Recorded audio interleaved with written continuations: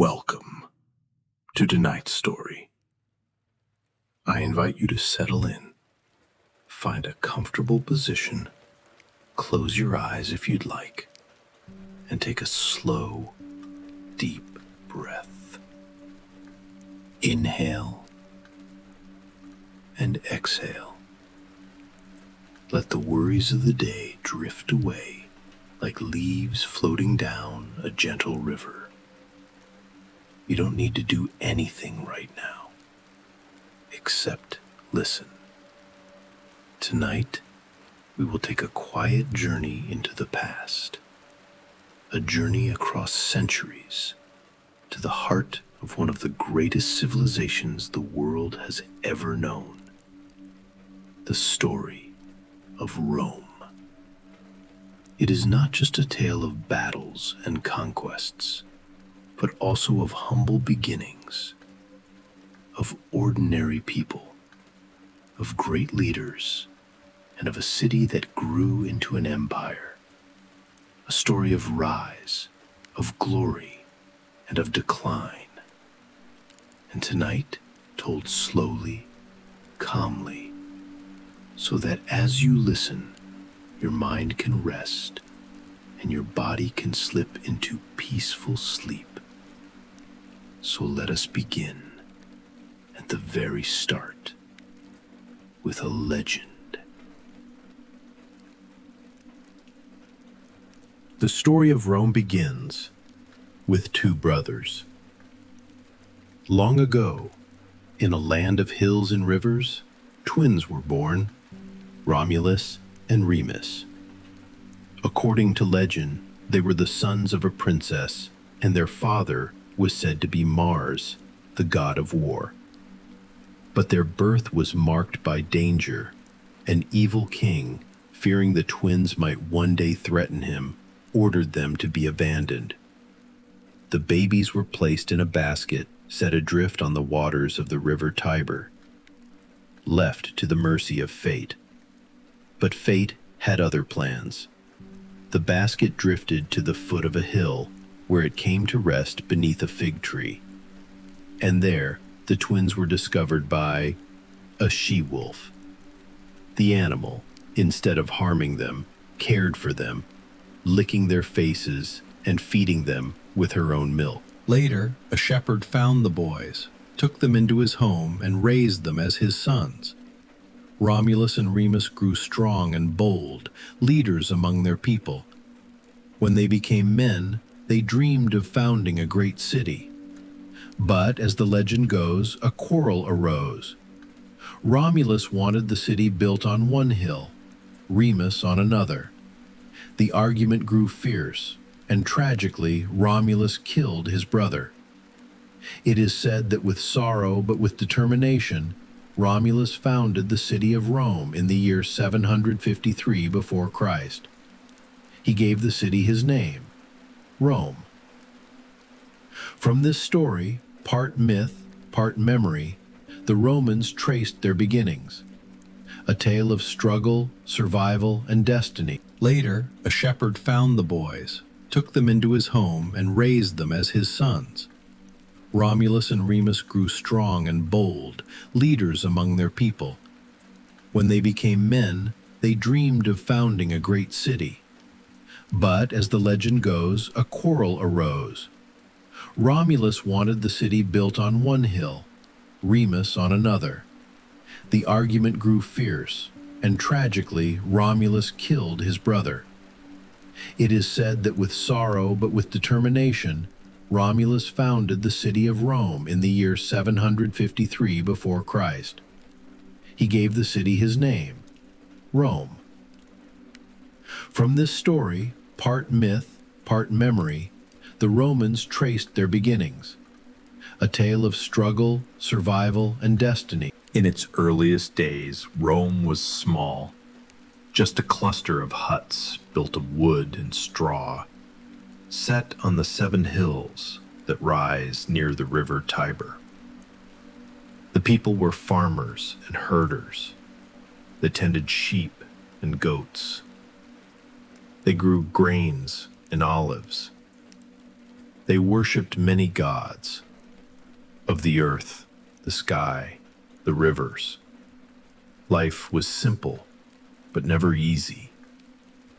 The land was fertile, yet neighbors were often hostile. And so, from the very beginning, Rome was a city that had to fight to survive. There were kings in these early years. 7 kings, the stories say, ruled in succession. Some were wise, building temples, organizing laws, and constructing walls. Others were cruel, ruling with arrogance. One king, Tarquin the Proud, became so harsh that the people rose against him. They drove him out, and in doing so, they ended the age of kings and began something new. But before we move to that part of the story, let us pause here. Picture Rome in those early centuries. Imagine standing on a quiet hilltop, overlooking the Tiber River. The air is cool. Below, smoke rises from small hearth fires. You hear the bleating of goats, the bark of a dog, the chatter of villagers. There are no marble temples yet, no colosseums, no legions marching in perfect step. Only a handful of people, bound together by struggle and hope.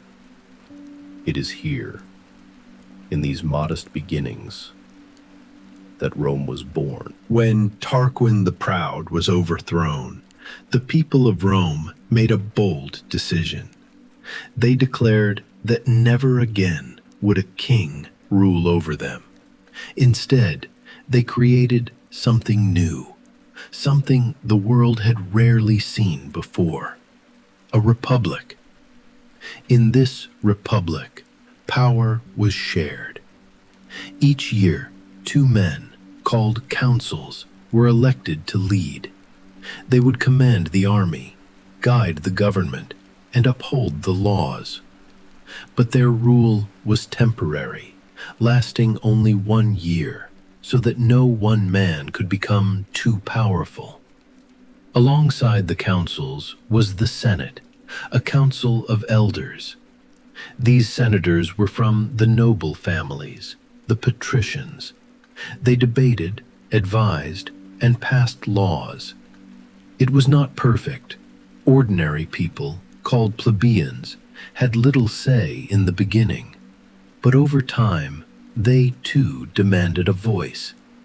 They elected tribunes, officials who could speak for them and even veto unfair decisions. This balance of power between consuls, senate, and tribunes became the heart of Roman politics. It was a system built not only on law, but on the Roman idea of virtus, duty, honor, loyalty to the state. Yet this republic was not just politics on parchment. It lived in the people themselves. Every Roman citizen could be called to serve in the army. They were farmers by day, but when needed, they became soldiers, carrying shields and spears to protect their city. They fought not for kings, but for Rome itself. It was in these years that Rome began to grow stronger. Through alliances, treaties, and battles, the little city on the Tiber began to dominate its neighbors. Step by step, hill by hill, town by town, Rome was learning how to rule. Pause for a moment and imagine the streets of early Republican Rome. Stone-paved roads where children played, simple markets where bakers sold loaves of bread and farmers offered fresh olives and figs. At dawn, men in plain tunics left their homes, gathered at the forum, and debated laws. It was a small city, but there was a sense of destiny in the air. For in the centuries to come, this republic, this experiment in shared rule, would grow from a city-state into the heart of an empire. Rome was not destined to remain small. Surrounded by rival tribes, Rome had to fight again and again to survive. But with every battle it learned, with every victory it grew. First came the wars with the Latins, the neighbors who lived just beyond Rome's hills. Then the Etruscans, skilled builders and warriors to the north. And then the Samnites, fierce mountain tribes. Each victory brought new lands, new people, and new soldiers. Rome's strength lay in its discipline. Its armies fought not as scattered warriors, but as legions. Carefully arranged, shield to shield, spear to spear. Every soldier was trained, drilled, and expected to hold the line. And when one fell, another stepped forward. By the 3rd century before Christ, Rome controlled all of Italy, but its ambitions and its challenges had only begun. Across the sea lay Carthage, a powerful city in North Africa. Carthage ruled the waves with its mighty navy, and Rome soon found itself locked in a struggle that would last more than a century, the Punic Wars. It was during these wars that one of the greatest generals in history emerged, Hannibal of Carthage. He led an army with elephants across the snowy Alps into Italy. The Romans were stunned. At battles like Cannae, tens of thousands of Roman soldiers were cut down. It seemed Rome might fall. But power is a dangerous thing. And the Roman Republic, proud of its balance and its laws, began to crack under the weight of its own success. With each conquest, wealth poured into Rome. Gold from the east, slaves from the Mediterranean, ships heavy with grain from Egypt and silks from faraway lands. And with wealth came corruption. Senators grew rich while common citizens struggled. Greed gnawed at the heart of the Republic. Out of this storm rose men of ambition, generals who commanded armies, not only for Rome, but for themselves. Among them was a man whose very name would echo through history, Julius Caesar. But Rome did not give up. Year after year, it raised new armies, rebuilt its strength, and adapted its tactics. Finally, a Roman general named Scipio Africanus carried the war back to Carthage itself. At the Battle of Zama, Hannibal was defeated. Carthage was destroyed, its power broken. Rome emerged as the master of the Mediterranean. From Spain in the west to Greece in the east, Rome's influence spread. Its legions marched, its roads stretched across mountains and valleys, and its ships crossed every sea. Pause for a moment and imagine standing on a Roman road in those days, straight as an arrow, stretching as far as the eye can see. Alongside it, soldiers march in shining armor, the eagle standard held high. Merchants pass with wagons full of wine, grain, and oil. This was more than a city now. This was becoming an empire. And now let us pause, not to see battles, but to walk quietly along the very roads that made Rome strong. Imagine the Appian Way stretching out before you, a long, straight ribbon of stone pressed firmly into the earth. The road is wide enough for 2 carts to pass, and its stones are worn smooth from centuries of travel. Alongside it, merchants guide wagons filled with amphorae of oil and wine. The oxen's hooves beat a steady rhythm against the earth. Children run along the edges, laughing as they balance on the low stone walls. Travelers from distant lands pass by. Greeks with scrolls, Egyptians with linen, Syrians with spices, all moving under the vast shadow of Rome's reach. At dusk, soldiers set up camp. The clang of armor fades into the soft crackle of campfires. Tents rise in perfect rows. Bread bakes on flat stones near the flames. And soldiers sit in circles, telling stories of home. One man sharpens his sword. Another hums a tune, his voice low and steady. Above them, the stars emerge, eternal witnesses to Rome's ambitions. The roads are more than stone. They are lifelines. They carry not only armies, but ideas, languages, and dreams. And tonight, as you picture them, let your mind follow the winding path until it fades into the horizon and into sleep. Caesar was brilliant. A master of politics, a master of war. He led legions into Gaul, today's France, and brought back riches and glory. His soldiers adored him. The people of Rome cheered his triumphs. But the Senate grew afraid, for Caesar's power was no longer just military, it was personal. He had the loyalty of the legions, and when ordered to give up his command, he made a choice that changed history forever. On a cold day in 49 BCE, Julius Caesar crossed the Rubicon River with his army.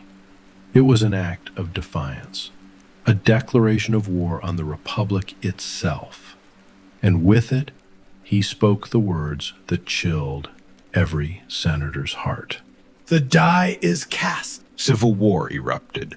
Rome turned upon itself, brother against brother, senator against senator. At last, Caesar emerged victorious. He was named dictator for life. The Republic was no more.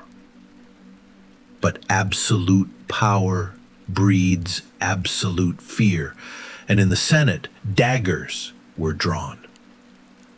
On the Ides of March, 44 BCE, Caesar entered the chamber, unaware that betrayal was waiting. One by one, the senators closed in, blades flashed, and history remembers his final words, whispered to his friend, "Et tu, Brute."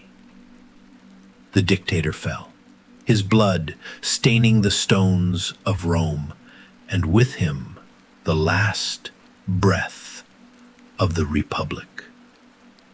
But Rome was not finished. From the chaos, another figure rose, a young man named Octavian, Caesar's heir. Clever, patient, relentless, through cunning and war, he defeated his rivals.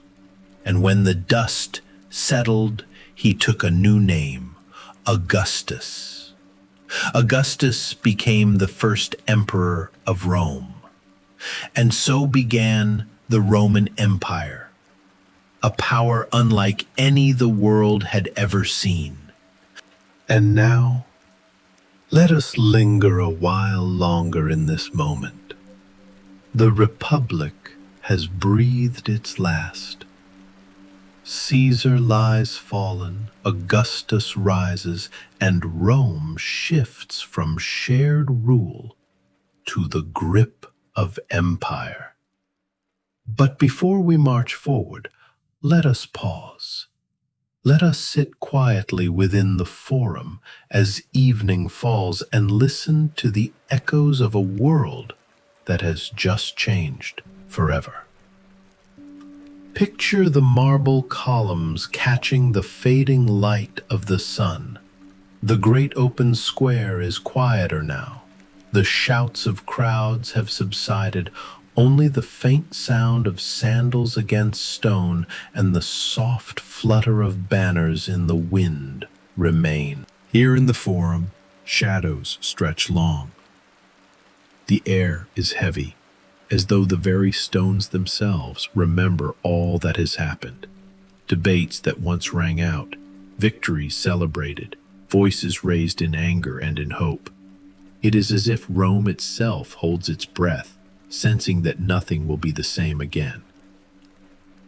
Now, imagine walking slowly down the streets that lead away from the Senate chamber. The stones beneath your feet are cool. On either side, torches flicker to life, their light golden, their smoke curling into the twilight air.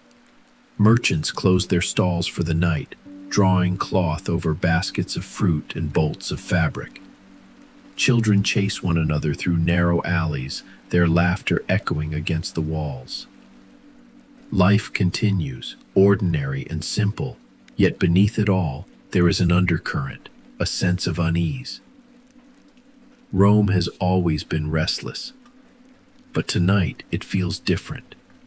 Tonight, it feels as though the Republic's soul is slipping quietly into the shadows. Pause for a moment and imagine the homes of the senators, grand villas with marble courtyards, oil lamps glowing in the windows. Behind closed doors, whispers travel. Some celebrate Caesar's end. Others fear the wrath of his supporters. Some see Augustus as hope, others as a looming tyrant. The city is alive with rumors, with speculation, with questions no one can yet answer. And outside the city, the legions wait, tens of thousands of soldiers loyal not to the Senate, but to their commander. Their armor gleams in the firelight of campfires. Their banners ripple gently in the evening breeze. They sharpen their swords, polish their shields, and speak in low voices of battles past and battles to come. They do not speak of the Senate.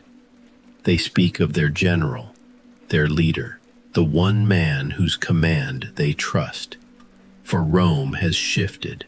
Power no longer lies in debate, but in the loyalty of soldiers. Imagine yourself sitting quietly by one of those campfires. The flames crackle softly. A soldier hums a tune, slow and haunting. Another carves a small figure from wood, shaping it carefully, passing the time. Bread bakes on flat stones near the fire, its smell warm and comforting. It feels almost peaceful. Yet, above the silence, there is an awareness that tomorrow Rome may call them to fight again. Not against foreign enemies, but against Romans themselves. Now return with me, slowly, to the city itself. Night has fully fallen. The streets glow faintly with lamplight. The Colosseum has not yet been built, but in the Forum, people still gather, whispering under the stars. Some speak of liberty, others speak of destiny, most simply wonder what will happen next. You find yourself wandering into a small courtyard garden. The air smells of roses and herbs. A fountain trickles softly, its sound calming, eternal. You sit by the fountain and listen. You hear the faint echoes of all that has come before, the voices of Romulus and Remus, The cries of soldiers, the applause of citizens in triumph. You hear, too, the whispers of what lies ahead. Emperors, conquests, and the long shadow of decline. Under Augustus and those who followed, Rome entered its golden age. This was the Pax Romana, the Roman peace. Nearly 2 centuries of order, prosperity, and grandeur. The empire stretched from the misty shores of Britain to the deserts of Egypt, from the Atlantic Ocean to the distant rivers of Mesopotamia. A vast world, all bound together by the roads and laws of Rome. Picture it, the Colosseum rising in gleaming stone, where 50,000 voices roared as gladiators fought beneath the gaze of emperors. Aqueducts spanning valleys, carrying fresh water into bustling cities. Temples crowned with marble statues, their steps worn smooth by generations of worshippers. Markets overflowing with spices, perfumes, and silks from lands most Romans would never see. The empire was a spectacle of power. Its legions marched with iron discipline, their standards held high, their shields flashing in the sun. Its citizens bathed in public baths, debated in forums, and feasted in villas lit by oil lamps.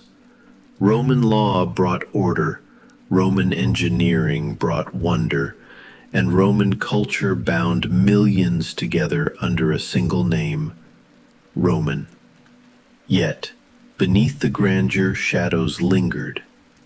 Emperors rose and fell, some wise, some cruel, some mad. Nero, who watched as Rome burned, Caligula, who sank into madness and terror. But others, Trajan, Hadrian, Marcus Aurelius, held the empire steady, their wisdom delaying the cracks that slowly formed. For no empire, no matter how great, is eternal, and already the seeds of decline were being sown. Even the mightiest empires crack from within. Rome, once unshakable, began to stumble. Its wealth became its burden. Taxes grew heavy. Greed seeped into the Senate. And emperors came and went with frightening speed. Some lasting years, others only months. The legions were stretched thin, guarding borders that seemed endless. In the north, Germanic tribes pressed against the frontiers. In the east, Persians struck at Rome's provinces. The empire, once a single unbreakable fist, was slowly opening, its strength slipping through its fingers. A new faith was rising too. Christianity spread quietly at first, whispered in homes, shared in secret gatherings. It grew among the poor, the oppressed, the enslaved, and over time it spread to the heart of power itself. By the 4th century, an emperor named Constantine embraced the new religion. Rome was changing, in spirit, in culture, in its very soul. Then came the Great Division. The empire split into 2 halves, east and west. 2 emperors, 2 courts, 2 capitals. In the east, Constantinople flourished, but in the west, Rome began to fade. Imagine the city then. The marble still gleamed, the Colosseum still towered, but the streets were quieter. The legions, once proud, were filled with mercenaries, men who fought for coin, not for Rome. And at the edges of the empire, storms gathered. Visigoths, Vandals, Huns, a tide that could not be held back forever. The year was 410. For the first time in 8 centuries, Rome itself was breached. Alaric and his Visigoth warriors swept through the gates. Temples were looted, streets burned. The eternal city was humbled. The shock was felt across the world. If Rome could fall, what was safe? Yet Rome limped on, weakened, wounded. The Western Empire staggered into the 5th century, its strength drained, its dignity frayed. And then, in 476, it ended. The last emperor of the West, Romulus Augustulus, a boy of barely 16 years, was forced from his throne. A foreign chieftain, Odoacer, declared himself ruler of Italy, and with that, the Roman Empire in the West was gone. The city that had ruled the known world, the empire that had stretched across continents, was reduced to memory. But even as its walls crumbled, Rome left behind something greater than stone. Its laws, its language, its roads, its culture, these endured. Rome had fallen, but its spirit would live on, shaping nations yet unborn. And now, our journey ends. We have walked with Rome from its mythical birth by the river Tiber, through its triumphs and its tragedies, through centuries of power and the long night of its fall. The empire is gone, but its echoes surround us still. In the languages we speak, in the arches and bridges that stand, in the very idea of law and order. As you rest now, imagine yourself walking down an ancient Roman street. The moonlight glows against marble columns. The fountains whisper softly. The crowds are gone. The empire is silent, and only peace remains. Take a slow breath. Exhale gently. The story of Rome has ended, but your story tonight continues in dreams. Good night, and sleep well.